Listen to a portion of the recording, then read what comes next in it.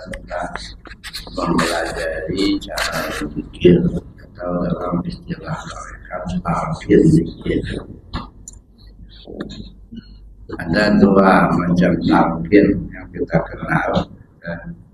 Ada talqin zikir, ada talqin mayat. Talqin mayat. Kalau talqin mayat itu biasanya dikubur dulu mayatnya baru dibacakan talqin. Talqin mayat. Bahkan dulu pernah ada orang ketakutan talqin zikir. Jangan talqin zikir, nanti bungkus dulu dalam kain putih. Saya bilang itu kalau yang dibungkuskan itu talqin mayat. Talqin zikir ini nggak dibungkus-bungkus. Tapi apa sih maksudnya talqin itu? Talqin itu artinya belajar atau diajar. Laqinu mautakum, katanya. Talqinkan yang sudah mati di antara kamu. Nah, secara syariatnya yang disebut yang sudah mati yaitu jasadnya, makanya dikubur. Setelah dikubur baru dilaksanakan talqin. Itulah salah satu dalil bagi orang yang melaksanakan talqin mayat di kuburan. Dari hadis tadi laqinu mautakum. Tetapi ulama tarekat memahaminya yang mati itu bukan jasad, ya. Yang mati itu hatinya yang mati. Hati yang mati itu artinya hati yang sudah nggak ingat Allah. Itu namanya hati yang mati. Hati yang hidup itu artinya hati yang selalu ingat Allah.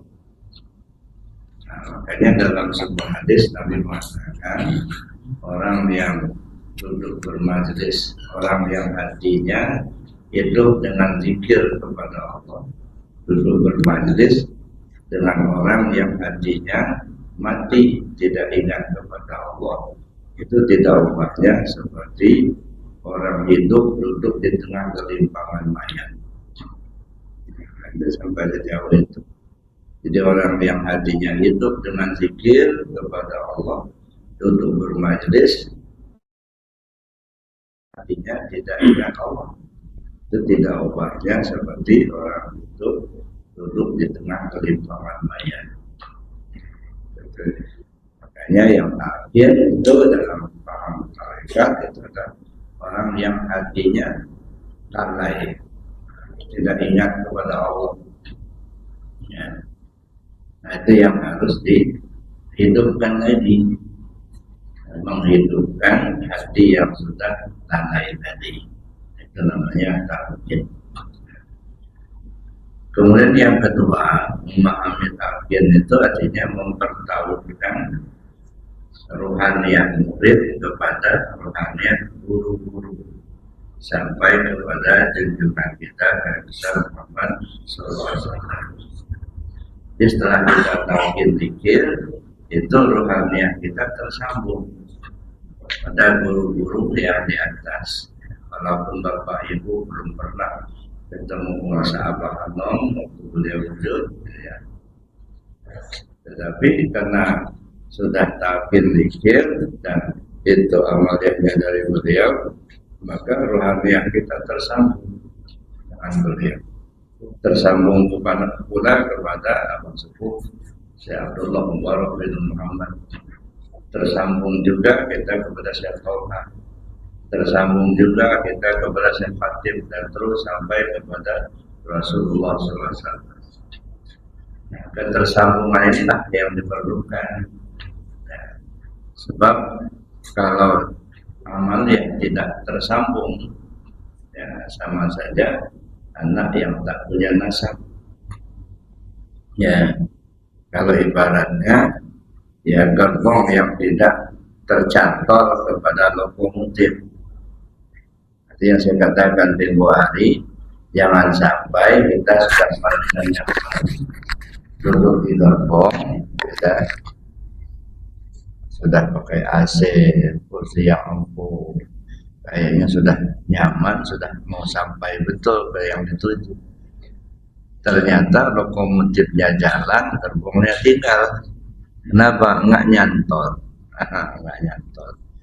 Makanya setelah kita talqin zikir itu, ya guru yang mengajarkan tarekat kepada kita itu bukan lagi sebatas penceramah, tetapi sudah pembimbing, ya, membimbing kita untuk usul kepada Allah. Nah, jadi itulah sebabnya kita harus ada talqin zikir. Kemudian kita lihat talqin mayat. Ada orang menyalahkan, membid'ahkan segala macam talqin mayat. Kalau saya tidak, ya. Jadi saya tidak ingin ya berkomentar tentang talqin mayat. Ya. Sebab itu pemahaman dari laqinu mautakum tadi. Tetapi Bapak Ibu yang saya hormati, setiap syariat itu pasti ada hakikat. Ibarat buah, ada kulit, ada isi. Kalau ada kulit tak ada isi, itu nggak ada yang bisa dimakan. Ya. Tapi ada isi, tidak ada rasa, juga tidak nikmat. Makanya Islam, iman, ihsan itu tidak ubahnya seperti kulit, isi, dan rasa. Jadi Islam itu ibarat kulitnya, iman itu ibarat isinya, ihsan itu ibarat rasanya. Jadi kulit membungkus isi, isi menyimpan rasa. Pada akhirnya yang kita nikmati adalah rasa. Ya. Tetapi yang mengenyangkan yaitu isinya. Ya. So, kalau hanya makan rasa saja tidak ada isinya, ya nggak kenyang juga. Jadi yang mengenyangkan adalah isinya, yang kita nikmati adalah rasanya. Tetapi kulit itu berperan untuk membungkus isi supaya dia terjaga. Kita nggak bisa bayangkan kalau ada durian yang jatuh tanpa kulit, jatuh tidak ada kulit, kemudian pas kena kotoran pula. Kita nggak mau makan. Kenapa? Sudah yang ada kulitnya. Ya. Tetapi kalau dia jatuh pakai kulit, walaupun dia di tengah-tengah kotoran, ya bisa saja dicuci, nanti dibelah, enak juga, nggak berubah rasanya. Itu fungsi kulit, itu membungkus isi.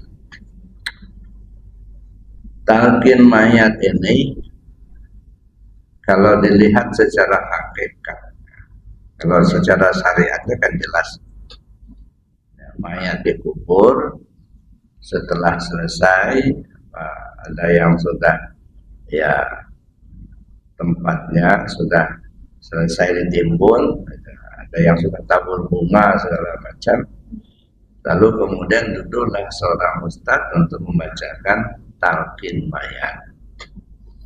Apa bunyi talqin mayat itu? Antara lain, wahai fulan bin fulan, kalau datang dua orang malaikat kepadamu, janganlah engkau takut, karena mereka juga hamba Allah. Apabila mereka bertanya kepadamu, siapa Tuhanmu, siapa nabimu, siapa imammu, kemana kiblatmu, dan siapa saudara-saudaramu, jawablah dengan lisan yang fasih, Allah Tuhanku, Muhammad nabiku, Al-Quran imamku, Baitullah kiblatku, kaum muslimin muslimat saudara-saudaraku. Itu bunyi kalimat ketika talqin zikir atau talqin mayat. Kan mayat itu kan udah mati, nggak bisa lagi diajak ngobrol. Lagian waktu hidup saja susah ngajar, nggak hafal-hafal. Ini udah mati baru diajarkan seperti itu. Tapi lagi-lagi saya ingin katakan bahwa saya tidak ingin menyalahkan. Kenapa? Yang kita lihat isinya apa. Kalau syariatnya oke dah seperti itu. Tapi lagi-lagi saya katakan setiap syariat pasti ada hakikat. As-syari'atu bila hakikatin batilah. Wal hakikatu bila syariatin batilah. Syariat tanpa hakikat kosong melumpuh.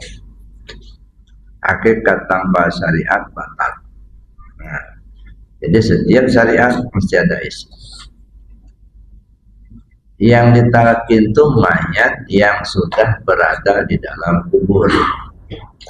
Coba kita renung, mana yang mayat, mana yang kubur. Ada ya? Bukankah ini kuburan, Pak? Jasad kita ini kan kuburan. Ya, kita lagi terkubur di dalam. Ini diri kita yang sebenarnya adalah yang di dalam ruh kita. Kalau ini mah cangkangnya, ini kuburannya.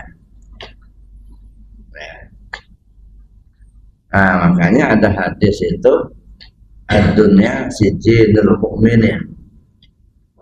Dunia ini penjara bagi si al-mu'min. Siapa si al-mu'min? Ruh kita. Bukan penjara bagi orang-orang beriman, bukan. Al-mu'min itu ruh kita. Jadi dunia sijidul mu'min. Mana dunia? Ini dunia. Jasa ini kan dunia, duniawi. Itu penjara bagi si al-mu'min. Kenapa? Ruh kita terkungkung, nggak bisa bebas. Makanya ulama tasawuf mengatakan ketika kita hidup sekarang sesungguhnya kita tidur.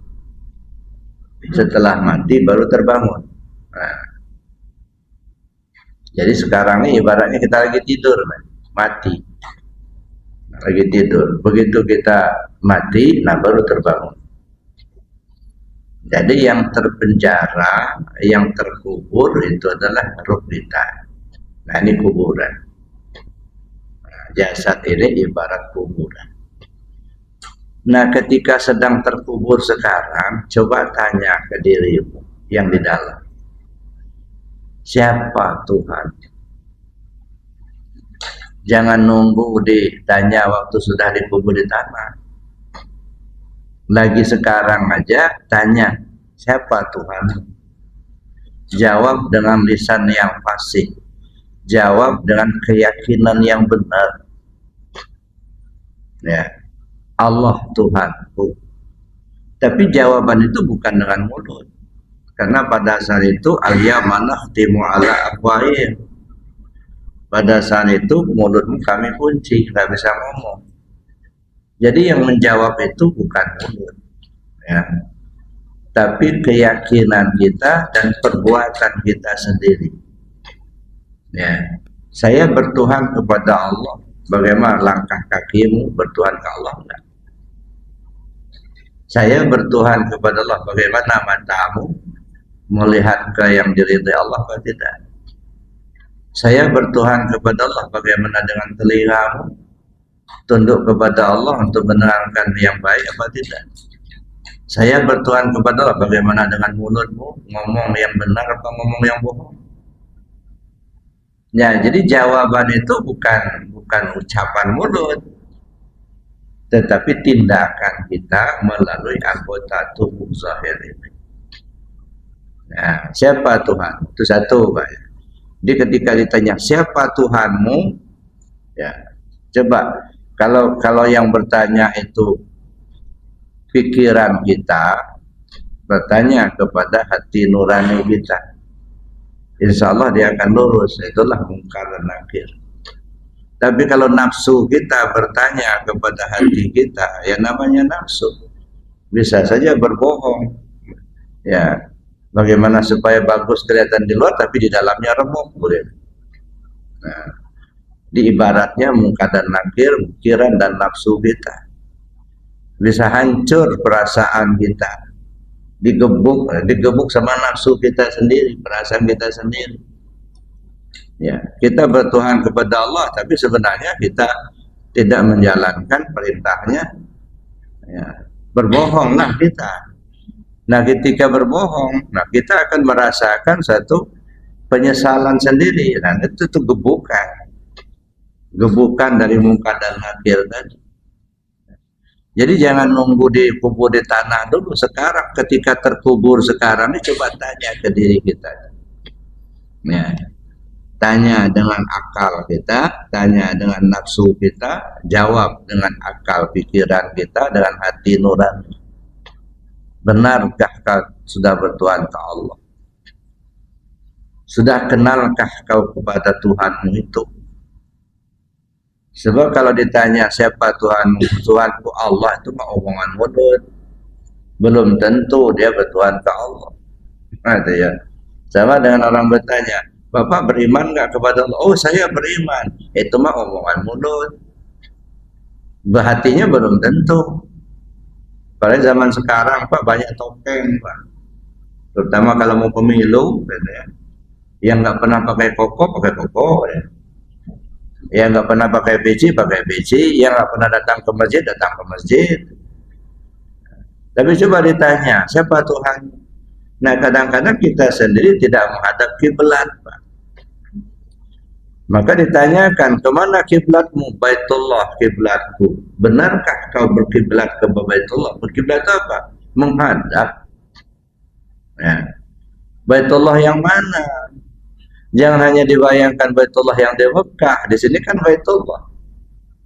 Menghadap ke Baitullah enggak setiap kita melangkah, setiap kita berbuat. Contohnya mau pemilu lah begitu. Ya. Memilih siapa? Menghadap ke Baitullah enggak? Menghadap ke hati nurani tidak. Kadang-kadang kita enggak menghadap ke Baitullah, menghadap ke duit. Ada. Wanifiro. Walaupun bertentangan dengan hati nurani, tapi kena duit, akhirnya kita pilih itu. Itu namanya tidak menghadap kiblat. Hanya omongan aja, Baitullah kiblatku, tapi tidak menghadap kiblat. Kan ini, Pak. Hati kita itu, qalbul mu'minin Baitullah. Hati si al-mu'min itu Baitullah. Nah, ketika kita menjalani kehidupan kita di atas dunia ini, apa selalu menghadap kiblat apa tidak? Misalnya kita akan bekerja menghadap Baitullah, tidak. Ingat Allah apa tidak? Kan begitu.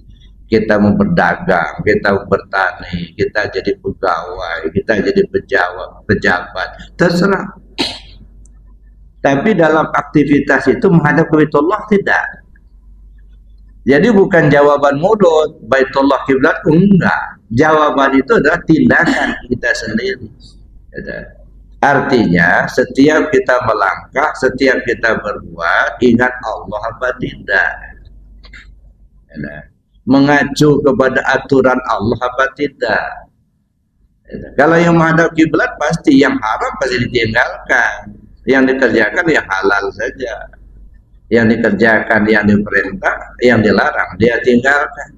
Yang halal dia ambil, yang haram dia buang. Itu namanya menghadap ke Baitullah. Makanya ketika ditanya muka dan akhir, kemana kiblatmu? Jawab dengan lisan yang fasih, Baitullah kiblatku. Itu bukan jawaban mulut. Ya. Artinya tindakan kita. Lagi-lagi saya katakan itu jangan nunggu dikubur di tanah. Sekarang ini ya, jawab dengan lisan yang pasti dan keyakinan benar, Baitullah kiblat. Mana Baitullah? Nih hati nurani kita itu. Ya. Artinya ketika kita melakukan satu tindakan itu ingat Allah apa tidak. Nah, ketika ingat Allah bukan ingat namanya. Ya. Kita ini kan selalu ingat namanya. Allah itu nama. Ya, yang kita sembah bukan nama. Nama itu sebutan. Allah itu sebutan. Yang kita sembah itu yang punya nama itu. Ada. Nah, disinilah pentingnya kita mengenal, ya, mengenal Tuhan kita itu. La yasihul ibadah illa bima'rifatil ma'bud. Tidak sah ibadah tanpa mengenal siapa yang dia sembah. Tunggang tunggilah kita beribadah sholat kata kita, tapi tak kenal siapa yang disembah. Khawatir pak, badan payah, hati susah. Capek mengerjakan tapi tidak beri pengaruh ke diri kita. Rajin sholat tunggang tunggi tapi jadi koruptor. Rajin sholat tunggang tunggi tapi berbohong. Rajin sholat tunggang tunggi tapi membuli orang terus. Nah ini kan nggak punya pengaruh. Nah. Jadi oleh karenanya Bapak Ibu yang saya hormati, nanyalah kepada hati nurani. Ya, menghadaplah ke situ. Ya. Menghadap kita kepada Allah. Jadi mengingat Allah. Begitu kita ingat Allah, nah, tentu segala konsekuensinya. Mana yang dilarangnya, mana yang disuruhnya, mana yang dihalalkan, mana yang diharamkan. Itu kan ada konsekuensi ingatnya tadi. Ingat Allah tapi suruhannya tidak dikerjakan, yang dikerjakan malah larangannya. Itu nggak ingat Allah namanya. Ingat Allah itu artinya ya ingat apa yang seharusnya kita lakukan sesuai dengan titahnya, sesuai dengan perintahnya, sesuai dengan apa yang dikehendaki oleh Allah dan Rasulnya. Itu yang jadi ingat kepada Allah, jadi menghadap kepada Baitullah. Siapa imammu? Al-Quran imamku. Ya, Al-Quran yang mana? Ya, Al-Quran yang kita baca ayat-ayat suci Al-Quran. Ya. Dan itu ya harus kita pedomani kan begitu. Kita ini kan kebanyakannya baru sebatas membaca tulisan, belum sampai kita kepada membaca isinya. Ya, yang kita bacakan kebanyakan tulisan. Nah sehingga kita ya hanya terpaku di situ. Makanya kemarin saya katakan di satu ceramah, karena saya dengar itu yang tua-tua berulang-ulang tahsinul Quran. Udah khatam, ulang lagi tahsinul Quran. Bagus saya bilang. Namanya kita memperbaiki bacaan. Tahsinul Quran kan memperbaiki bacaan. Ya.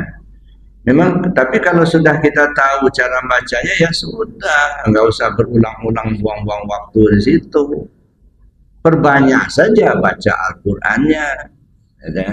Jangan kita membuang waktu hanya tahsin saja gitu. Kenapa? Tahsin itu kan meluruskan bacaan yang tertulis kan. Tapi membaca isi, nah ini yang kita tinggalkan. Ini makanya kajian orang tua-tua itu masuk ke dalam isi. Jangan terpaku kepada bacaan tulisan saja. Baca isinya. Ya. Contohnya begini ya, ketika Nabi Musa alaihissalam ya bersama dengan pengikutnya kehausan, air tidak ada. Nabi Musa meminta kepada Allah supaya diturunkan air hujan. Oleh Allah malah diperintahkan, pukulkan tongkatmu ke batu, wadrib bi'asakal hajar. Fangfajarat min husnata asyarata aina. Pukulkan tongkatmu ke batu, dia akan memancarkan 12 mata air. Nah, dipukulkan Nabi Musa tongkatnya ke batu, memancarlah 12 mata air. Sehingga masing-masing kafilah sudah tahu di mana air yang dia minum. Itu kejadiannya waktu zaman Nabi Musa. Tapi jangan salah. Ya. Itu cerita yang tercantum di dalam Al-Quran. Al-Quran itu hudal linnas, petunjuk buat manusia. Ya. Jadi kalau sebuah cerita sudah tercantum dalam Al-Quran, kita jangan terpukau dengan indahnya cerita, tapi petunjuknya mana? Apa petunjuknya buat kita untuk kita terapkan? Kalau ceritanya kan jelas, Nabi Musa bersama pengikutnya ya kehausan, air nggak ada, Nabi Musa berdoa supaya diturunkan hujan, malah Allah perintahkan pukulkan tongkatmu ke batu, dia memancarkan 12 mata air. Begitu dipukulkan oleh Nabi Musa tongkatnya, akhirnya keluarlah 12 mata air, yang kemudian masing-masing pengikutnya sudah tahulah tempat mereka mengambil air masing-masing. Itu cerita. Tapi lagi-lagi saya katakan, kisah itu tercantum di dalam Al-Quran, di mana Al-Quran itu adalah hudal linnas, petunjuk buat manusia. Nah, coba kaji mana petunjuknya. Jangan hanya kita menghabiskan waktu, mana panjang pendek bacaannya, mana makharijal hurufnya, mana yang besar kecilnya, itu sudah selesai. Ya, apalagi sudah berulang-ulang kali tamatnya. Jangan buang-buang waktu hanya mengulang kaji yang kita sudah tahu. Ya. Nah, kaji isinya mana isinya? Itu kajian orang tua. Ya, ya jangan sampai kita ya artinya menghabiskan waktu yang seharusnya tidak berada di situ. Gitu. Ya, Bapak Ibu yang saya hormati, Nabi Musa memukulkan tongkat. Ada satu tongkat. Catat itu, yang dipukulkannya tongkat. Apa itu tongkat? Tongkat itu alat untuk berdiri. Ibarat orang tua, kalau nggak pakai tongkat dia nggak bisa berdiri. Nah, lalu yang harus berdiri itu apa? Tauhid. Itu yang harus berdiri di atas dunia ini. Maka kehadiran nabi-nabi, kehadiran Rasulullah itu untuk menyampaikan tauhid itu harus tegak di muka bumi ini. Harus tegak di diri kita sendiri, kan gitu ya. Tauhid itu harus tegak di diri kita sendiri. Mana alatnya? Kalimat tauhid, la ilaha illallah. Itulah tongkat Nabi Musa. Pukulkan tongkatmu ke batu. Batu yang mana? Summa qasat qulubuhum min ba'di dzalika fahyakal hijarati aw asaddu qaswah. Kemudian hati mereka keras membatu, bahkan lebih keras lagi dari batu. Rupanya inilah yang batu. Hati kita ini yang keras. Udah dikasih tahu, nggak mau ngikut, nggak mau dengar, nggak mau paham, ya. Tapi itu keras. Udah dipanggil hayyalah sholat, tapi masih tidur juga. Ini hati keras. Pukulkan tongkatmu ke batu yang keras itu. Artinya apa? Kalimat thayyibah itu gunjamkan dalam hati. La ilaha illallah. Makanya dalam kitab Miftahu Sudur ini penguasa Abah mengatakan bidarbin syadidin wa sautin qawi. Pukulan dahsyat, suara yang keras. Itu zikir. Kenapa? Ia memukulkan tongkat ke batu. Ya, ini batu umpamanya, ini batu. Ya, bagaimana cara memecahkan batu yang keras ini? Bahasa sederhananya ya pukul. Nah, yang pukul itu hanya begini aja pukul. Batu sebesar drum, mukulnya kayak gini, 10 tahun nggak bakal pecah. Kenapa? Nggak pakai metoda. Metoda itu namanya torekat. Maka pukullah dengan menggunakan metoda, ya, bidarbin sadidin wa sautin qawi. Suara keras, pukulan dahsyat. La ilaha illallah. Jadi nggak bisa la ilaha illallah, la ilaha illallah. Nggak keluar airnya, Pak. Mana ketutup. Oh, iya. Jadi itu harus menggunakan metode tadi. Nah, setelah dipukulkan dengan tongkat tadi ke batu yang keras ini, artinya kalimat thayyibah itu dihunjamkan dalam hati. La ilaha illallah. Dia akan memancarkan 12 mata air. Ada yang terpancar sampai ke mata. Ada ya. Maka jangan heran kalau sudah senang zikir, sudah sering zikir, terjadi cengeng. mendengar orang baca salawat nangis, mendengar orang baca Quran nangis, ngelihat orang tawaf di TV aja nangis. Ya, kadang-kadang kita lagi berzikir la ilallah, tak terasa air mata menetes. Kadang-kadang kita lagi khatamah, ya, la ilaha illa anta subhanaka inni kuntu minadz zalimin. Diulang-ulang terus. Akhirnya tak terasa menetes pula air mata. Nah, ini salah satu artinya ada yang mengalir sampai ke mata. Sehingga mata kita jelas mana yang boleh dilihat, mana yang tidak. Ada yang mengalir sampai ke telinga. Sehingga telinga kita mendengar yang benar. Kalau mendengar yang salah dia nggak mau. Ada ya. Begitu ada yang mengalir ke tangan, ke kaki, ke mulut kita, macam-macam sampai 12. Ada yang ke pikiran kita. Itu dampaknya. Itu namanya kita membaca isinya. Kalau hanya membaca tulisan saja ya udah lama kita tahu mah. Ya. Itu satu diantaranya. Itu semua ayat Al-Quran itu pasti ada isinya, Pak. Nah, ini yang kadang-kadang kita lupa. Ya, nah, contohnya misalnya Nabi Musa membelah laut. Ya. Kan ada pernah dengar ceritanya.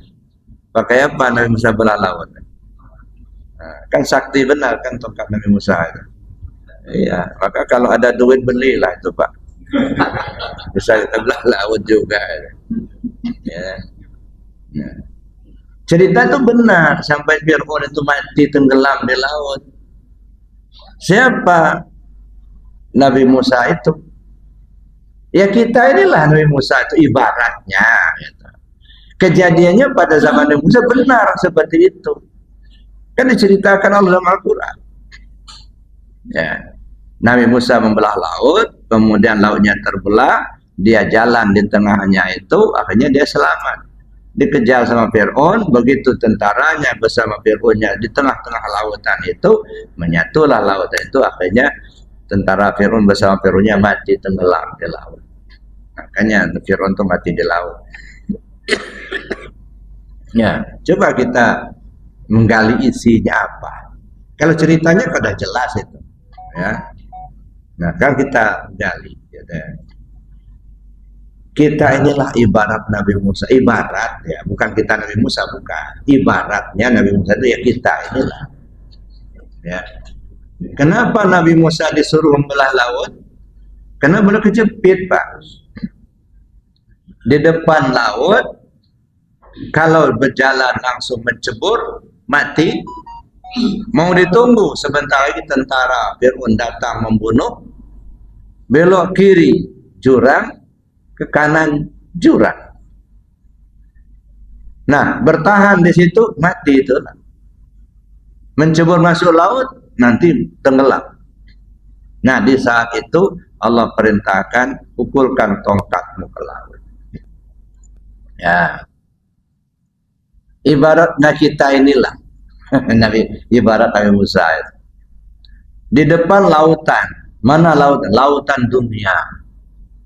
Banyak manusia yang tenggelam di lautan dunia. Di belakang ada tentara Fir'aun yang akan membunuh, mengejar terus. Siapa? Iblis yang selalu mengejar kita. Ya, qala fa bima awaitani la aqudanna lahum siratakal mustaqim tsumma la atiyannahum min baini aydihim wa min khalfihim wa an aymanihim wa an syama'ilihim fala tajidu aktsarum syakirin. Itu ungkapan iblis ya, ketika dia dikutuk oleh Allah, diabadikan Allah dalam Al-Quran. Ya Allah, karena kau sudah mengutuk saya akan duduk di tengah jalanmu yang lurus itu. Saya akan goda Adam itu sampai ke anak cucunya hingga hari kiamat. Saya goda mereka dari depan, dari belakang, dari kanan, dari kiri. Pada akhirnya hanya sedikit yang selamat.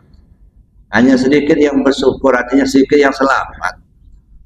Jadi kita ini dikejar terus sama iblis untuk dibunuh akidah kita, dibunuh keyakinan kita, dibunuhlah perbuatan kita.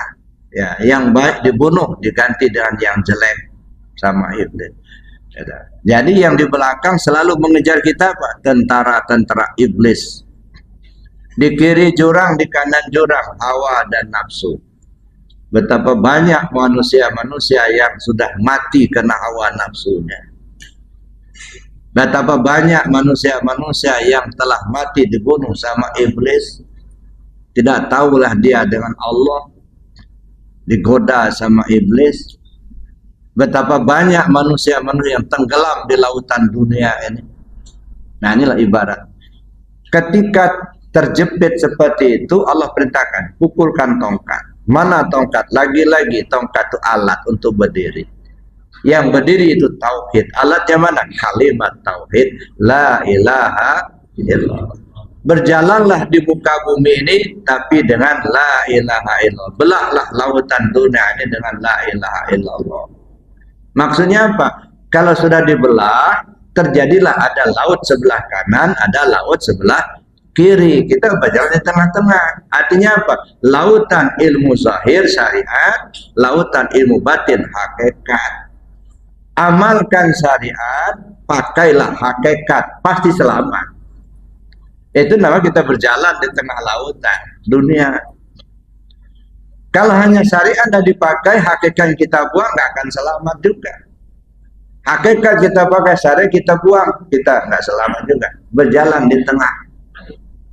Ya, ada ilmu zahir, ilmu syariat, ada ilmu batin, ilmu hakikat.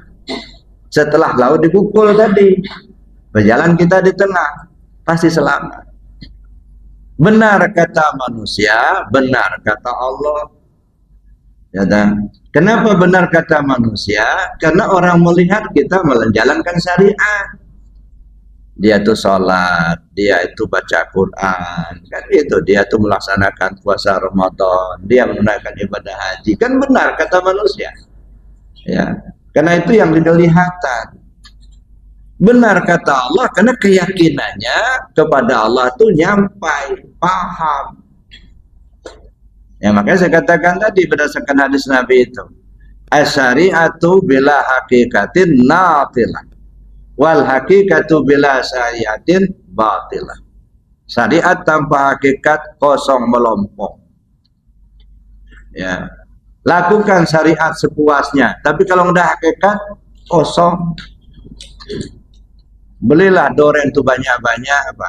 Ya, tapi kalau nggak ada isinya, mau makan apa? Rupanya dari plastik, Pak. Numpuk doren kita beli, tapi kosong semua di dalamnya, plastik. Ya, mendingan doren yang agak busuk-busuk dikit kulitnya, tapi isinya bagus itu. Ada juga yang mau dimakan. Artinya biarlah syariatnya itu, ya mungkin ya nggak semuanya kita tahu lah. Banyak juga kita yang keliru, tapi ada hakikatnya di dalamnya berisi. Itu yang dilihat. Innallaha la yanzuru ila suwarikum wala ila amwalikum walakin yanzuru ila qulubikum. Allah tidak memandang rupa-rupamu dan hartamu. Allah pandang tuh hatimu. Ya, rupa-rupa mana? Bentuk salat misalnya, lama berdirinya, fasih bacaannya, itu mah rupa, itu bentuk.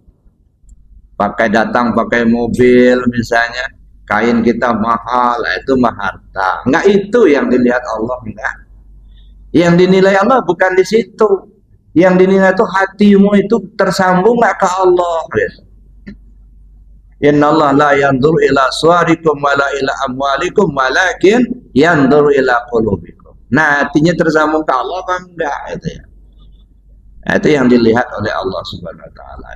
Jadi itu Bapak Ibu yang saya hormati, maka saya katakan tadi, ya, syariat kita jalankan, hakikat kita pakai.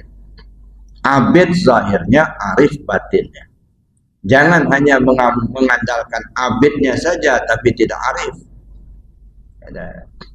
Makanya gambaran abid dengan arif itu kan sering kita baca itu. Inna anzalnahu fi lailatul qadri wa ma adraka ma lailatul qadri. Lailatul qadri khairum min alfi syahrin. Lailatul Qadar itu lebih baik daripada 1000 bulan. Artinya ibadah semalam Lailatul Qadar itu lebih baik daripada ibadah selama 1000 bulan. Tapi mindset kita itu terarah ke fikir, ke pahala saja. Sehingga yang kita kejar pahala. Berduyun-duyunlah kita ya, melaksanakan ibadah di bulan Ramadan malam ganjil. Kenapa? Yang kita pikirkan dapat pahala. Kalau sudah dapat pahala, dapat surga. Ya, kita jarang berpikir kenapa kok kualitas semalam lebih baik daripada 1000 bulan. Ada apa ini? Itu satu, gitu kan? Ini kan perbedaan ibadahnya orang abid dengan orang arif, Pak. Orang arif billah cukup 1 malam, tapi kalau orang abid bisa 1000 bulan. Maka bersungguh-sungguhlah kamu cari Lailatul Qadar. Bersungguh-sungguhlah untuk ma'rifat kepada Allah itu. Ya, supaya apa? Supaya kualitas ibadahnya lebih baik daripada 1000 bulan tadi. Ada yang lebih dahsyat lagi, Pak. Ya, tafakkur sa'atan khairum min salati alfi sanah. Tafakkur sesaat bagi orang arif billah itu lebih baik daripada salat selama 1000 tahun. Bukan 1000 bulan lagi. Nah, jadi bukan urusan pahala sebenarnya, tapi urusannya arif billah dengan abidillah. Bagi orang arif billah cukup semalam saja, tapi abid bisa mengerjakan 1000 bulan. Maka Nabi mengatakan bersungguh-sungguhlah untuk mendapatkan Lailatul Qadar itu. Kapan bersungguh-sungguhnya? Di malam yang ganjil. Yang ganjil itu 21, 23, 25, 27, 29. Disinilah kita mendapatkan arif billah itu. 21. Yang satu mana? Allah, bersungguh-sungguhlah untuk mengetahui tentang Allah. Itu ya. Bagaimana cara mengetahui tentang Allah? Di 23. Yang 3 itu apa? Allah, Muhammad, Adam. Kajilah siapa itu Adam, siapa itu Muhammad, siapa itu Allah. Di mana kita mengkajinya? Di 25. Mana 25? Yang ganjilnya kan 5. 5 itu mana? Alhamdu, alif, lam, ha, mim, dal. Mana alhamdu? Nah ini alif, lam, ha, mim, dal. Oh di sini nyarinya. Ya, gimana cara nyarinya? Di 27. Yang ganjilnya 7. 7 lapis bumi, 7 lapis langit. 7 lapis bumi mana? Jasad kita. Ada 7 lapis, ada bulu, ada kulit, ada daging, ada darah, ada urat, ada tulang, ada sumsum. Kaji tubuh yang kasar namanya. Itu mengkaji tubuh yang kasar, keasalan tubuh yang kasar. Siapa tubuh yang kasar ini? 7 lapis langit mana? Ruh kita yang 7 lapis. Ada ruh nabati, ruh hewani, ruh ruhani. Ada ruh jismani. Nah, 7 lapis ruh kaji, artinya mengkaji tubuh yang halus. Ya, keasalan tubuh yang zahir, keasalan tubuh yang halus. Kaji dari mana asalnya. Setelah kita menemukan itu, akan ketemulah kita dengan lapis yang ke-9. Ya, dan ya, makanya kita kaji di yang ganjil 29. Yang 29 itu apa? Yang ganjil 9. Mana yang 9? Lapisan hati 9 lapis. Ya. Bana itu fi jawfi Adam qasran wa samaitu asadran. Lapis pertama sudur. Dalam sudur ada qalab, dalam qalab ada fuad, dalam fuad ada saqaf, dalam saqaf ada luban. Dalam luban ada sir, dalam sir ada sirusir. Dalam sirusir ada nur. Lapis ke-8. Dalam nur ada aku, kata Allah, yang tidak ada Tuhan selain aku. Nah, inilah kita kejar sampai ke lapis ke-9, baru selesai, Pak. Itu Lailatul Qadar. Maka sebenarnya Lailatul Qadar itu apa? Ma'rifat. Maka kata orang kalau Lailatul Qadar itu datang, angin berhembus berhenti. Cuman di kita ini pas persepsinya angin yang dari kipas angin itu. Bukan. Angin berhembus berhenti artinya tenang. Kalau angin tidak berhembus lagi kan tenang. Mana yang angin? Angin itu persoalan hidup kita. Kalau sudah ma'rifat kepada tenang. Enggak susah, enggak gerasa gerusuk. Kenapa? Karena yang dilihatnya bukan masalahnya, tapi Allah yang memberi masalah. Makanya tenang. Jadi bukan angin yang dihembus sama kipas angin lalu tenang. Nah, masalah yang kita hadapi hidup ini itu ibarat angin. Kalau sudah ma'rifat kepada Allah, berhenti artinya tenang. Ya, hati kita tenang, pikiran kita tenang. Ya, mendapat kita tidak akan sombong, kehilangan barang tidak akan gelisah. Kenapa? Bukan barang ada, bukan barang hilang yang dilihat. Yang dilihat Allah yang memberi ketetapan. Barang ada, Allah yang memberi ketetapan, kita mendapatkan. Barang kita hilang, bukan barangnya yang hilang, yang kita lihat Allah beri ketetapan bahwa pada saat itu barang itu nggak ada lagi sama kita. Ya sudah. Makanya tenang. Nah, ini yang saya katakan tadi, membaca isi. Ini khusus kita yang tua-tua. Kalau yang muda-muda silakanlah tasin terus, itu bagus. Tapi yang kita tua-tua sayang di waktu, Pak. Bukan saya nggak setuju tahsin itu, bukan, itu ya. Di tempat kita, di pondok kita itu anak-anak kita ya jejal dengan tahsin Quran, itu baca Quran. Tapi kita yang tua-tua nih, kayaknya sayang di waktu. Kalau memang sudah bisa baca ya sudah amalkan saja, banyak aja baca, kaji isinya. Karena makanya orang kampung bilang ini kaji tua, kaji untuk orang tua-tua. Ya. Kecuali kalau kita masih merasa muda, ya sudah silakan. Ya, sudah tua merasa muda. Kadang-kadang kan salah kaprah kan kita ya Pak. Kayak dulu, saya diberi jadwal mengisi pengajian di satu masjid. Ya kan? Saya lihat jadwalnya itu, alhamdulillah lah. Saya diminta mengajarkan tentang tasawuf. Tapi ada yang tauhid, ada yang fikih, ada yang mantiq, ada yang bahasa Arab. Bayangan saya jamaahnya ini mungkin banyak mahasiswa lah. Karena bahasa Arab dengan mantiq itu dipelajari di situ. Begitu saya datang, Pak, ya kayak kita inilah. Jamaah asar semua. Iya. Jamaah asar semua. Umurnya ada 60 tahun ke atas. Mikir saya. Belajar bahasa Arab setua-tua ini manfaatnya apa? Bukan nggak boleh, boleh saja, tapi ada nggak manfaatnya? Di rumah nggak kita pakai bahasa Arab, itu bahasa Lampung. Ya, mau baca buku kita, ya mata sudah kabur. Ya. Mau dipersiapkan untuk TKW, TKI kita, udah ketuaan, nggak terima lagi.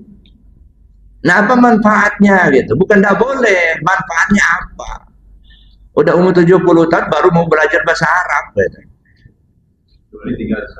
Nah, di sana. Iya. Jadi bukan nggak boleh, Pak. Kita lihat manfaatnya gitu. Kenapa? Karena kita dikejar waktu, Pak. Ya, nggak ada waktu kita berleha-leha lagi. Ya, sebentar lagi matahari tenggelam. Ya, ada. Ya kita manfaatkan kesempatan yang sedikit ini gimana usul ke Allah sampai kepada Allah. Alangkah banyaknya orang arif billah Pak, tapi tidak fasih baca Qur'annya. Itu kan bahasa Arab itu. Ya, tapi kalau makna Al-Qur'annya dia paham semua. Nah, ini kan. Itu bedanya ya. Jadi ada orang yang tidak fasih baca tulisan Arabnya tapi paham isinya.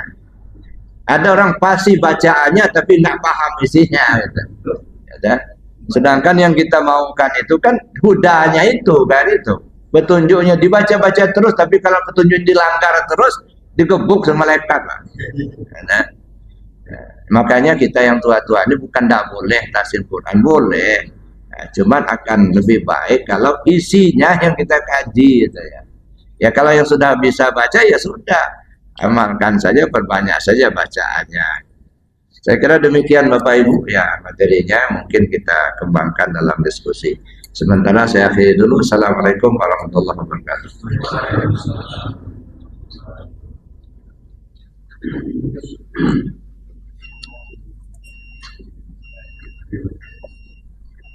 Mana protokolnya ini?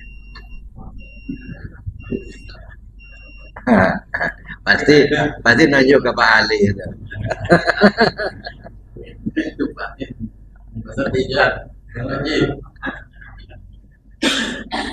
Ya silakan kalau ada. Kalau nggak ada ya tadi artinya sudah paham semua. Alhamdulillah. Nah, ya. Emangnya Bapak bisa lahir tadi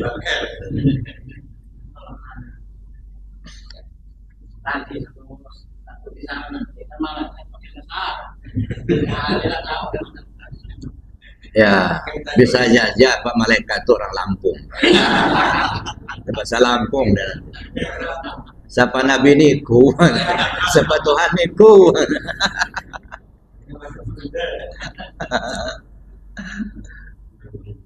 Kata Pak Khairuddin dulu ini bapak-bapak yang Jawa yang orang Jawa ada belajar bahasa Lampung lah. Terus siapa tahu malaikat itu bahasa Lampung. tapi keluar terus bahasa. Khairuddin Yusuf. Silakan. Jadi gini ya, setelah saya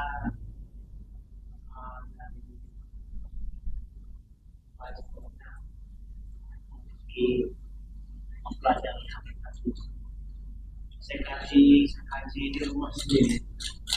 Artinya hidup dan kehidupan ini jangan terlepas dari hadirkan Allah di setiap tarikan nafas.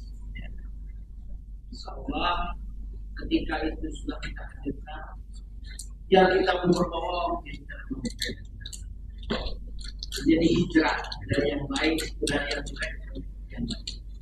Sementara itu ya saya. Ya, saya kira benar. Jadi itu tapi kan itu kan bertahap, Pak. Kalau istilah saya itu iman itu ada imannya anak-anak, ada imannya orang dewasa, ada imannya orang tua. Kalau bahasa Arabnya ada iman mubtadi, ada iman mutawasid, ada iman muntahi. Ya. Arahnya seperti itu semua nanti. Tapi ya berjenjang. Ada iman mubtadi, ada imannya anak-anak. Percaya Allah melihat, percaya Allah mendengar, percaya Allah itu ada. Nah, kalau sebatas itu baru imannya anak-anak. Ya. Naik kepada imannya orang dewasa gimana? Bukan hanya percaya Allah melihat, tapi merasa dilihat Allah. Nah, sedang muraqabah. Ya. Bukan hanya percaya Allah mendengar, tapi merasa didengar Allah. Setiap ucapannya merasa didengar Allah. Bukan hanya percaya Allah itu ada, tapi merasa bersama Allah. Nah, itu ya. Nah, itu makanya ya akan terarah. Gitu ya. Nah, untuk tingkat itu boleh, karena makomnya masih di situ. Gitu ya. Jadi ada yang percaya Allah ada, percaya Allah melihat, percaya Allah mendengar. Naik ke makom yang berikutnya, merasa dilihat Allah, merasa didengar Allah, merasa bersama Allah. Nah, bagi yang makomnya di sana, insya Allah ya Allah beri kelebihan lah. Ya, mudah-mudahan diampunkan Allah. Tapi bagi mereka yang sampai ke tingkat muntahi, ini maaf Pak. Mohon ampun sama Allah. Bagi mereka yang sampai ke tingkat muntahi, artinya imannya orang tua, saya bilang tadi. Dua-duanya ini syirik semua. Masih syirik. Ya, kenapa masih syirik? Yang pertama, percaya Allah melihat. Nah, dia percaya Allah melihat. Sementara dia juga yakin, percaya, merasa bahwa dia juga melihat. Jadi dua yang melihat. Allah melihat, nah diri kita melihat juga. Percaya Allah itu ada. Tapi kita merasa kita ini ada dua yang ada. Nah, itu ya. Masih syirik juga. Nah, yang kedua, itu ya, merasa dilihat Allah. Berarti ada yang melihat, ada yang dilihat. Dua lagi. Merasa didengar Allah, ada yang mendengar, ada yang didengar. Merasa bersama Allah, berarti masih ada lagi, kita ada, Allah ada, bersama Allah. Syirik lagi. Gitu. Maka saya bilang tadi, untuk mereka yang memang tingkatnya di sana, mudah-mudahan diampunkan Allah. Tapi bagi mereka yang memang sudah sampai ke maqam muntahi, dua-duanya syirik semua. Ada. Bagaimana supaya tidak syirik? Ya, merasakan ketiadaan diri kita, yang ada hanya Allah semata. Nah, gitu kan. Nggak ada lagi, maka la ilaha illallah. La ilaha illallah itu apa? Ketika kita bicara Tuhan, dia punya sifat 7. Qadrat, iradat, ilmu, hayat, sama, basar, kalam kan. Jadi kalau kita katakan la ilaha illallah, la qadirun illallah, kita nggak kuasa, yang kuasa Allah. La muridun illallah, tak ada yang kehendak Allah. La hayyun illallah, tak ada yang hidup kecuali Allah. Yang hidup itu Allah, bukan kita. Nah, ini namanya menafikan sifat 7 dari diri kita untuk kita isbatkan hanya kepada Allah. Maka disebutlah nafi isbat, gitu. Ya. Kalau tidak begitu, ya kita hanya membaca kalimat la ilaha illallahnya saja, tapi belum sampai ke nafi isbat. Mestinya sampai ke nafi isbat. La ilaha illallah, merasakan ketiadaan diri kita, yang ada hanya Allah semata. Yang melihat Allah, yang mendengar Allah, yang hidup Allah, yang kuasa Allah, yang kehendak Allah. Gitu ya. Jadi itu menghilangkan keakuan diri, ya, menghilangkan diri kita. Makanya kata Allah, faqtulu anfusakum, bunuh dirimu itu dulu. Bunuh diri itu maksudnya bunuh keakuan dirimu, barulah muncul adanya Allah. Itu Pak. Nah, jadi artinya, ya memang betul harus ingat terus kepada Allah, tapi harus ditingkatkan. Ya, ya. Jadi kalau maka saya bilang tadi, kalau masih di tingkat mubtadi sama mutawasid, itu ya dalam perjalanan. Ya, kalaupun sampai di tingkat itu saja, ya kita berharap mudah-mudahan diampunkan Allah. Nah, tapi kalau untuk tingkat kajian, itu masih syirik semua, masih mendua. Syirik itu kan mendua. Ada ya. Allah itu nggak mau dimadu, Pak. Dia sendirian aja. Saya kira itu, Pak. Tapi itu ya, bagus lah. Jadi artinya selalu bersama Allah. Allah itu ada di mana? Nah, ini itu kaji. Jangan mencari Tuhan di luar diri. Keliling dunia cari Tuhan nggak bakal ketemu. Kan? Mencari Tuhan di luar diri tambah kesasar. Ya, carilah di diri sendiri. Nah, ya. Hobi itu tadi. Hobi itu kan amalan, Pak. Ya, kita mengingat Allah. Lagi-lagi mesti kaji. Jadi antara amalan dengan pemahaman itu dua hal yang berbeda. Amalan jalan terus, zikir la ilaha illallah, zikir hafi jalan terus. Tapi dalam kita berzikir itu masuk paham. Siapa yang berzikir? Nah, kan gitu. Nah, kalau sudah masuk kajian az-zakir wal mazkur, yang mengingat, nah dia yang diingat itu. Kita nggak bisa mengingat, enggak. Ya, gimana kita mengingat nggak punya alatnya? Ya, kita bisa ingat karena hidup itu hayat Allah. Yang punya kita mana? Nggak ada. Kita bisa ingat karena kita tahu, yang tahu itu ilmunya Allah. Ada ya. Maka kalau sudah sampai ke sana, az-zakir wal mazkur, ya, yang mengingat, ya dia yang diingat itu. Al-abid wal ma'bud wahid, yang nyembah dan disembah dia itulah. Kita nggak bisa sholat, tenang. Pakai apa kita sholat? Ya, berdiri kita kodrat Allah, ada maunya hati kita, musa iradatnya Allah. Mata melihat, basarnya Allah, telinga mendengar, samanya Allah. Ada bacaan di dalam saat itu, ilmunya Allah. Punya dia semua. Yang punya kita mana? Nggak ada. Kok bisa ngaku-ngaku kamu yang berbuat? Gitu ya. Nah, disitulah makanya orang tasawuf potong kompas saja. Al-abid wal ma'bud wahid. Yang nyembah dan yang sembah itu satu. Tapi satunya harus kita kupas lagi. Ini pisang satu, tapi kan ada kulitnya, ada isinya, ada rasanya, kan begitu kan? Mana yang kulit, mana yang isi, mana yang rasa, mana zat, mana sifat. Nah, makanya kalau bicara sholat itu apa? Penyaksian zat kepada sifat. Nah, ya. Kalau berdiri rukuk tidak sujud itu pekerjaan sholatnya. Banyak orang yang bekerja sholatnya tapi sebenarnya dia enggak sholat. Karena perangkat sholat itu 3, ya, tubuh, hati, nyawa. Ya, jadi tubuhnya sholat, hatinya sholat, nyawanya sholat. Banyak orang tubuhnya sholat tapi hatinya enggak, lagi goreng tempe. Ya. Hatinya goreng tempe, tubuhnya sholat, ya, hatinya lagi rapat tapi tubuhnya sholat. Nah, gimana supaya tiga-tiganya nih? Tubuh kita sholat, hatinya sholat, ruh kita sholat.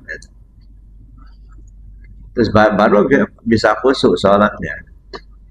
Ya, kayak saya katakan itu sholat itu sebenarnya apa? Penyaksian zat kepada sifat. Nah, makanya sholat itu ada 3 kategori. Ada sholat di tingkat syariat, ya, ada sholat tingkat tarekat, ada sholat di tingkat hakikat dan ma'rifat. Nah, tapi 3-tiganya itu bergabung menjadi satu. Ketika kita menjalankan sholat secara syariat, tarekat, hakikat, ma'rifatnya terbawa serta. Nah, itu ya. Jadi tubuh, hati, nyawa, rahasia itu menjadi satu. Gitu. Ya, silakan kalau ada yang lain. Ya, silakan Pak. Waalaikumsalam. Kami saya pribadi merasa buat saya itu dengan pertanyaan itu, apakah saya ada di dalam tubuh yang kalau kompetitifnya kita itu tidak jalan itu tadi. Ya, tergantung bagaimana dalam pengamalan zikirnya melalui talqin zikir apa tidak. Tadi saya katakan talqin zikir. Talqin zikir itu mempertautkan, mempersambungkan ruhaniyah murid kepada ruhaniyah guru-guru. Ya. Makanya kalau di syariat ya bisa saja kita tahu baca buku, amalkan misalnya. Tapi kalau di tarekat, ruh kita, tarekat kan bagian ruh, bagian hati, ya, tersambung.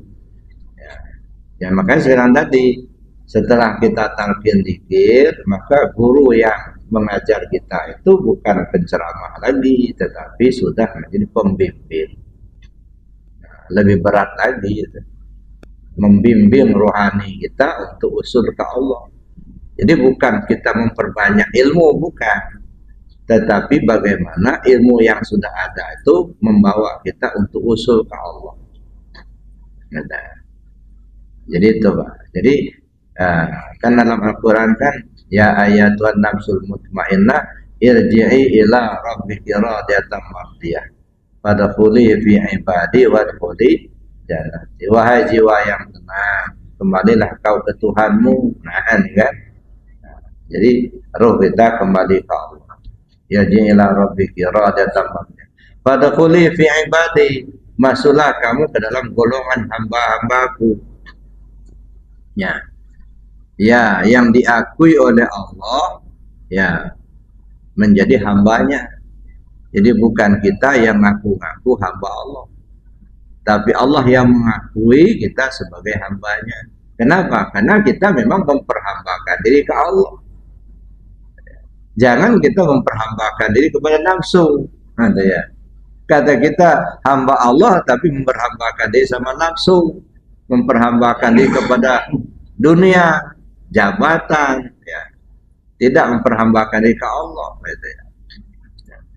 Jadi diri kita ini harus memperhambakan diri ke Allah. Fadkhuli fi ibadi, masuklah dalam golongan hamba-hambaku yang memperhambakan dirinya ke Allah. Gitu ya. Bukan yang memperhambakan dirinya kepada nafsu. Jadi itu Pak. Jadi artinya terpaut itu masuk gerbong, masuk saya tadi ya setelah kita menerima talqin zikir. Dan itu guru mursyid bertanggung jawab dunia akhirat. Ya, mudah-mudahan kita mendapat keselamatan dunia akhirat. Amin. Jadi makanya ketika kita mau belajar tarekat itu Pak, yang pertama kita perhatikan dulu tarekat itu bersesuaian apa tidak dengan Al-Quran dan Sunnah. Itu satu dulu. Kalau ada tarekat yang menyalahi Al-Quran dan Sunnah, udah tinggalin. Ya. Dan banyak juga kadang-kadang menyalahi Al-Quran dan Sunnah, menyalahi syariat. Tidak usah. Siapapun gurunya, kalau sudah menyalahi Al-Quran dan Sunnah, tinggalkan. Nah, Al-Quran dan Sunnah itulah pedoman kita. Satu. Yang kedua, ketika kita belajar tarekat, perhatikan gurunya. Tersambung tidak silsilahnya ke gurunya sendiri, kepada Rasul. Artinya mata rantainya itu sambung bersambung. Namanya silsilah. Saya ngambilnya dari Abah Hanom. Abah Hanom ngambilnya dari Abdullah Mubarak. Abdullah Mubarak ngambilnya dari Syekh Tolha. Syekh Tolha ngambilnya dari Syekh Atib. Terus sampai ke Rasulullah. Itu tercatat. Ya, itu silsilah namanya. Betul. Ada tarekat yang tidak punya silsilah. Hasil mimpi dia lalu direkayasa olehnya, akhirnya diajar pada orang, terputus ke dia sendiri, nggak tersambung ke Rasul. Nah, ini harus hati-hati. Ada yang mimpi nggak tersambung ke Rasul. Itu yang kedua. Jadi artinya lihat yang memberikan ajaran tarekatnya tersambung tidak silsilahnya ke Rasulullah. Yang ketiga, yang mengajarkan itu punya kapasitas tidak untuk mengajarkan. Sebab kadang-kadang ya tersambung silsilahnya ke Rasul tapi tidak punya kapasitas untuk mengajarkan. Kenapa? Nggak ada izin dari gurunya. Nah, kita sudah talqin zikir, sudah. Zikir kita tersambung. Silsilahnya tersambung. Cuman kita belum dapat izin untuk mengajar. Baru dapat izin untuk mengamalkan. Nah, itu kita lihat dulu, ya dah. Oh dia misalnya nalkin zikir, siapa yang memberi ijazahnya untuk nalkin? Jadi walaupun pasti betul bahasa Arabnya, hafal Al-Quran 30 juz, itu nggak ada urusan Pak. Ketika kita bicara tarekat, silsilahnya tersambung tidak. Anda dapat izin nggak untuk mengajarkan tarekat itu? Oh, gitu. Ya, jadi makanya ya tidak semua orang ya. Tidak semua orang yang hafal Quran, yang tahu bisa ceramah itu belum tentu. Jadi nggak sesat Pak Ibu. Ya sesat Pak Ibu. Iya, yang nggak tersesat. Jadi artinya dia mengajarkan itu dapat izin tidak. So ada dulu Pak, ngaku-ngaku wakil talqin dari Abah, ya, dipanjang. Ya, tapi setiap orang mau talqin bayar 100.000 satu orang. Saya bilang sama jamaah coba diselidiki dulu, didatangin, benar nggak dia wakil dari Abah? Ya, kalau benar tahun berapa diangkatnya? Ada nggak ijazahnya? Begitu selidiki, rupanya nggak, gadungan. Akhirnya dia malu, lari, ya pergi dia ke Jawa. Nah, itu, jadi harus hati-hati juga. Jadi tidak semua orang yang pintar ceramah, hafal Quran lalu kita belajar tarekat dengan bersangkutan. Jangan dulu, tanya dulu silsilahnya tersambung nggak, ada ijazah enggak. Nah, saya kira itu Pak. Jadi belajar tarekat harus ada ketersambungan. Baik Bapak Ibu, karena waktu sudah agak siang, kita akhiri sampai di sini. Kita tutup dengan doa dan kafarat majlis. Bismillahirrahmanirrahim. Allahumma inni astaudi'uka ma 'allamtani wardudhu ilayya inda hajati ilaihi wa la tansani ya rabbal alamin. Subhanakallahumma wa bihamdika asyhadu an la ilaha illa anta astaghfiruka wa atubu ilaik. Assalamualaikum warahmatullahi wabarakatuh.